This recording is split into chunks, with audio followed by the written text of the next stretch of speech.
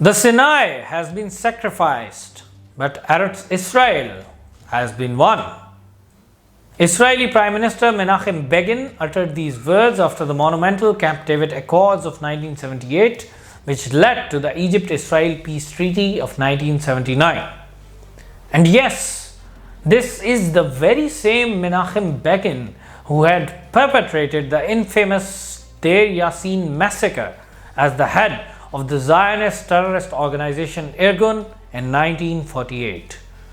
The co-signer of Camp David Accords with Begin was none other than Anwar Sadat, the man who had led Egypt in the war of 1973. How did Sadat's journey from the battlefields of Sinai to the table at Camp David occur?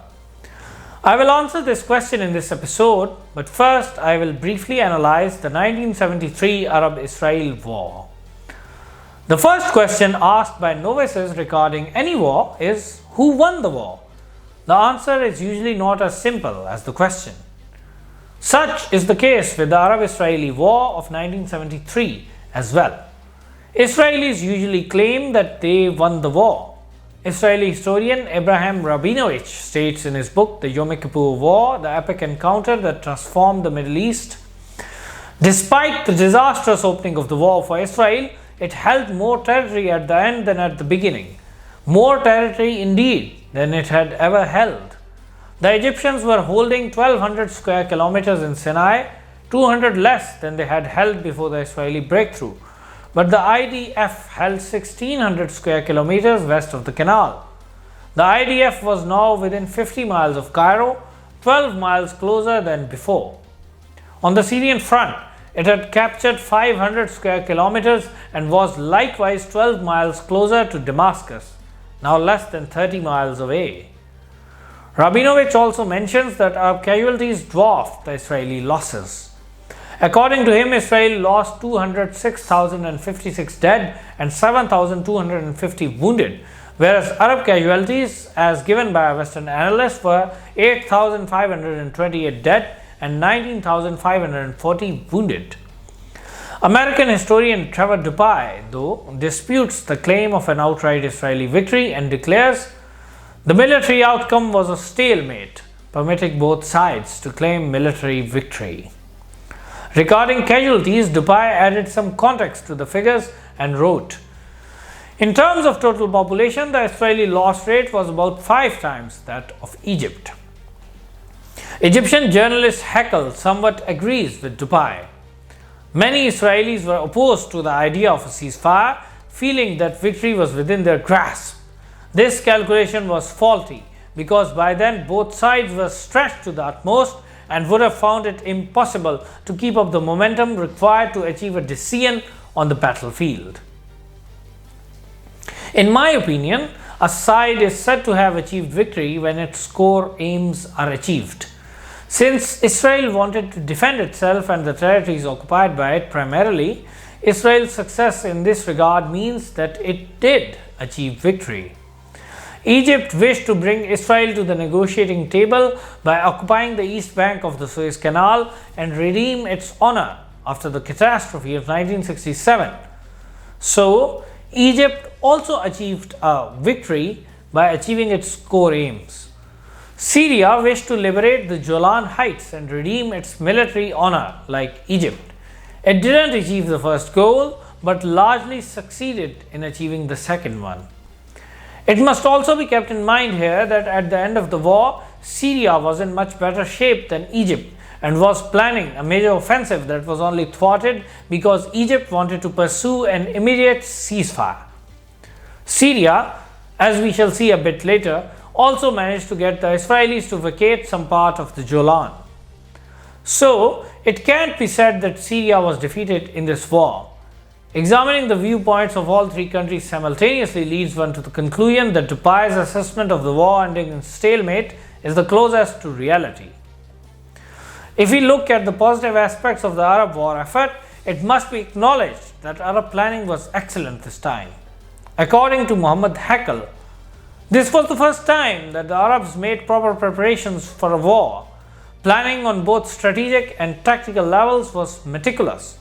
General Shazli had ensured the training was more than thorough, the arms were the best available, and our forces were fully acquainted with their use.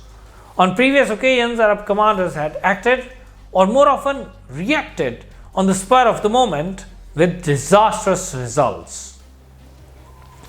Not only did the Egyptians and Syrians formulate an excellent, practical and synergistic plan, but they also followed that plan in the field effectively.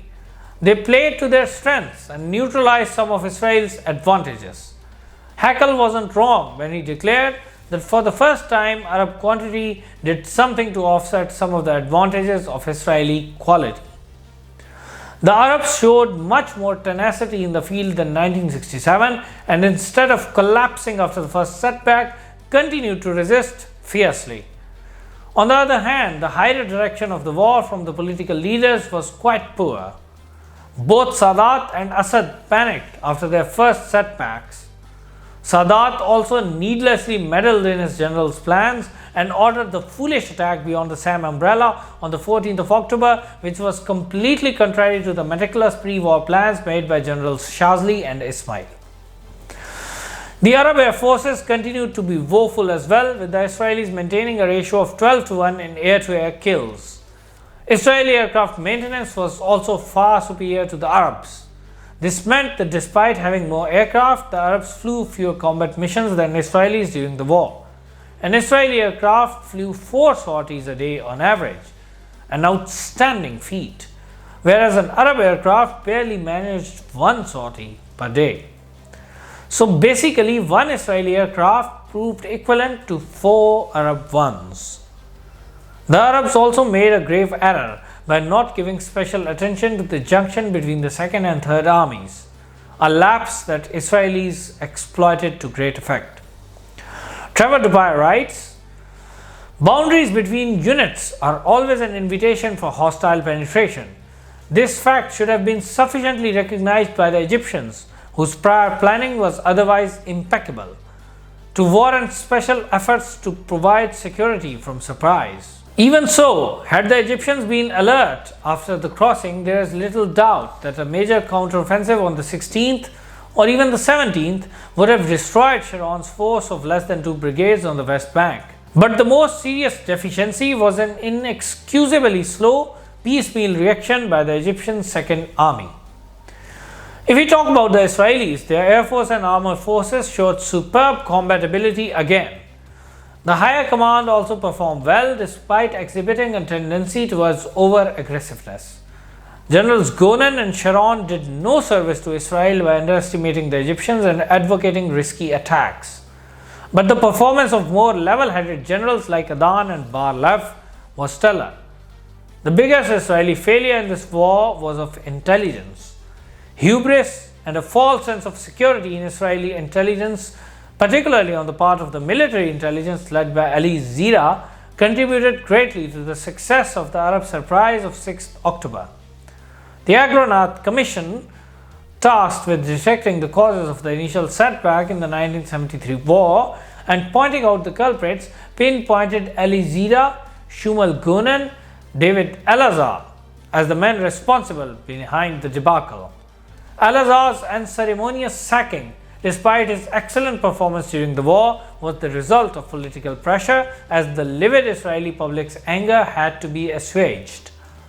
Overall, the Israelis showed their strengths and their weaknesses during this war, contrary to the war of 1967, when only their strengths like individual tenacity, superb armored and air forces, bold and imaginative high command, and a nation squarely united under its political leadership became apparent.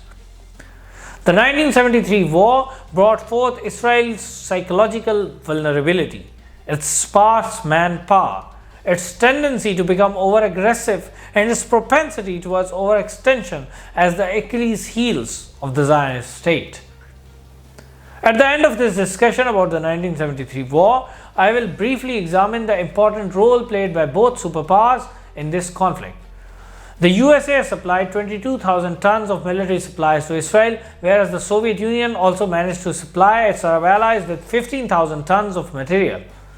Much has been said about the effectiveness of the Soviet-supplied SAM umbrella, which kept the Israeli Air Force at bay, but it must be noted here that Israel's own US supplied SAM umbrella was more formidable and effective by comparison. According to Trevor Dupai, assessment of both Israeli and Egyptian comments about the American-made Hawk missiles, the SAM which the Israelis used to protect their key airfields and installations, particularly in the Sinai, suggests that these weapons had a hit-and-kill capability at least as high as any of the Arab Soviet-made SAMs and were probably even more accurate. He further mentions, in addition to the skill and proficiency of the pilots was the fact that Israel's American and French-made aircraft were bigger, sturdier, more combat-worthy than the lighter Russian aircraft, and the generally American-made Israeli weapons, air-to-air and air-to-surface, were more accurate and more powerful than those which the Soviets provided the Arabs. He was spot on in declaring, unpalatable though it is to many Israelis, they have tried to accept the fact that under these circumstances, their future security is dependent upon the continuation of American support and goodwill. In fact, the 1973 war made it quite clear that both the Arabs and Israelis were dependent on their superpower patrons to maintain their ability to wage war. Haeckel was correct when he said, it is this dependence by the combatants on the superpowers which not only limits the duration of the war, but also the extent to which either side can impose its will on the other. 2 days after the war's end, the first ever direct diplomatic contact between Israel and Egypt under UN auspices took place on 27th of October at a milestone on the Suez-Cairo road, 101 kilometers away from Cairo. General Abdel Ghani al-Jamseh and General Haroun Yarif represented Egypt and Israel respectively. US Secretary of State Henry Kissinger played an important role in facilitating a disengagement agreement which was reached by both sides in January 1974. According to the agreement, the Israelis would withdraw from the west bank of Suez Canal and occupy a line 15 kilometers away from the east bank of the canal. Egyptian forces would continue to stay on the east bank of the canal to a depth of about 5 to 6 miles, but their numbers would be significantly reduced.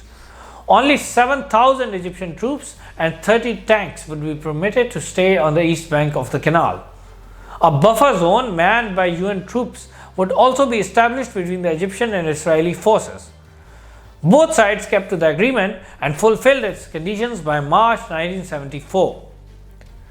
Kissinger faced much more difficulty in brokering a disengagement on the Syrian front, however.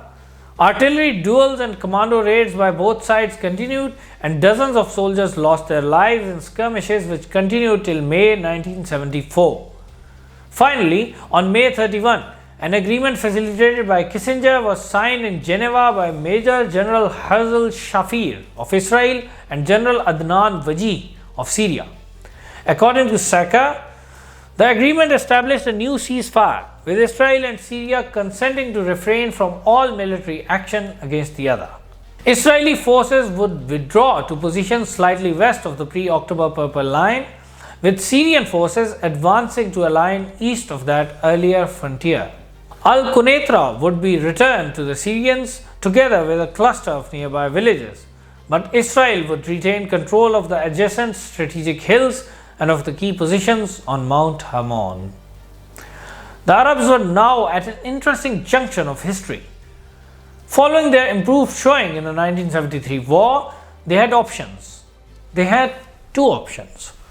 First, there was what I call the Vietnam option. They could take heart from the fact that they were improving with every new bout against the Israelis. The common Arab soldier and civilian had shown that not only could he bear the immense hardship, but he could also bravely take the battle to the Israelis. Like the Vietnamese, they could leverage their huge manpower to engage their technologically advanced, Western-backed, settler-colonial enemy in a perpetual conflict which could bleed the enemy dry and force its defeat some years or decades later. Secondly, there was the shuttle method. The Arabs could use the improved performance as bargaining chip for regaining lost territories and US support. But they would have to recognize Israel. They would have to abandon Palestine. And they would have to abandon their honor. Egyptian President Anwar Sadat chose the second option. He had offered similar terms to Israel before the war as well, but had been haughtily rebuffed. Now, he was optimistic that Israelis would be more receptive. He wasn't wrong. In the book The Secret Conversations of Henry Kissinger by Mati Jolan, it is mentioned, Israel also hoped to isolate Egypt from the rest of the Arab world, especially Syria. Success in this tack would give Israel a free hand to dispose of the territories other than the Sinai through direct dialogues or confrontation, without fear of an Egyptian military threat, a strategy Yitzhak Rabin, then Prime Minister of Israel, admitted openly in December 1974. But dangers lurked for Sadat on this path as well. He knew that he would be guilty of betraying the Palestinians and would be ostracized by the Arabs and Muslims worldwide. He needed some time to prepare himself against internal backlash against this approach as well. By 1977, Sadat had decided to take the decisive steps soon. Even the election of Zionist terrorist Menachem Begin as the Israeli Prime Minister in June 1977 didn't make him budge. A few months later, on the 9th of November 1977, Sadat stunned the Arab world by announcing his intention to go to Jerusalem and meet with Begin. 10 days later, he addressed the Israeli parliament and paid lip service to Palestine in his speech, but both Sadat and Begin knew that all the former really wanted was the Sinai only. No significant development occurred for 6 months after Sadat's visit to occupied Jerusalem. Charles Smith wrote about that period. A 6-month hiatus set in. US President Carter's efforts, in tandem with Sadat, to pressure Begin to relax his stand regarding the West Bank, especially his refusal to apply Resolution 242 to the area, proved fruitless. As for Sadat, the president and his advisors concluded that the Egyptian leader would settle for a vague formula regarding the Palestinians. Sadat would not demand guarantees for the Palestinians, and even if he did, Begin would not provide them. Given this impasse, Carter decided in July to call a summit to resolve the discord between Begin and Sadat, precisely what the Israelis had been hoping for and what they believe, as Carter now did, Sadat would accept. Sadat and Begin huddled with Jimmy Carter at Camp David from September 5 to 17, 1978. 2 agreements were concluded. The first one was merely a face-saving device for Sadat and established arrangements for determining the future of the West Bank and the Gaza Strip. This agreement never resulted in any concrete measures and wasn't even followed up by any of the parties at Camp David. The second agreement laid the framework for an Egyptian-Israeli peace treaty which would establish normal relations between the two countries. This treaty was signed in March 1979. According to Professor Charles Smith, the Camp David Agreement of 1978 was a major victory for the Israeli strategy of seeking to isolate Egypt and seemed to begin to assure Israel's control of the West Bank. The participants at Camp David, Sadat, Israel, and the US, had specific access to ground. The agreement gave them all they wanted at the expense of the Palestine cause and Egypt's honor. In the words of Rashid Khalidi, for Sadat, the treaty restored the Sinai Peninsula to Egypt. For Begin, the unilateral Egyptian peace strengthened Israel's control of the rest of the occupied territories and permanently removed Egypt from the Arab-Israeli conflict. For the United States, the treaty completed Egypt's shift from the Soviet to the American camp, diffusing the most dangerous aspects of the superpower conflict in the Middle East. Sadat had sold his soul to the settler-colonial devil for peace, Sinai, and most importantly of all, American beneficence. The latter would be used to ensure and augment the lavish lifestyles of the Egyptian elite with very little, if any, benefits reaching the common Egyptian. But like any deal with the devil, a hefty price had to be paid. Sadat had earned the ire of the whole Islamic world by recognizing Israel in exchange for 30 pieces of silver. He was considered a traitor by most of the Egyptians as well, including people like the planner of the Operation Badr, General Saad al-Shazli. Fearful for his life, Sadat bolstered his personal security apparatus greatly. Nevertheless, he was assassinated during a military parade by Lieutenant Khalid Islamboli in October 1981. 3 decades afterwards, Qadriya Ali Yusuf, Islamboli's mother, expressed her sentiments regarding her son's deed in an interview to the Egyptian newspaper Al-Ahram. "I am very proud that my son killed Anwar al-Sadat. The government called him a terrorist, a criminal, and a murderer. But what they didn't say was that he was defending Islam. They didn't say anything about the oppressed people in Palestine, about Camp David, or how Sadat sold out the country to the Jews and violated the honor of the Islamic nation." The removal of Egypt, the largest Arab state, from the Arab-Israeli conflict practically ended the phase of the Arab involvement in the struggle for Palestine's liberation. From now on, no Arab state would go further than offering mere lip service in support of the Palestinians. In the next episode of Palestine versus Israel, we will discuss the Israeli military intervention in Lebanon to crush the Palestinian resistance operating from the soil of that country. Stay tuned, don't forget to like the video and subscribe to our channel.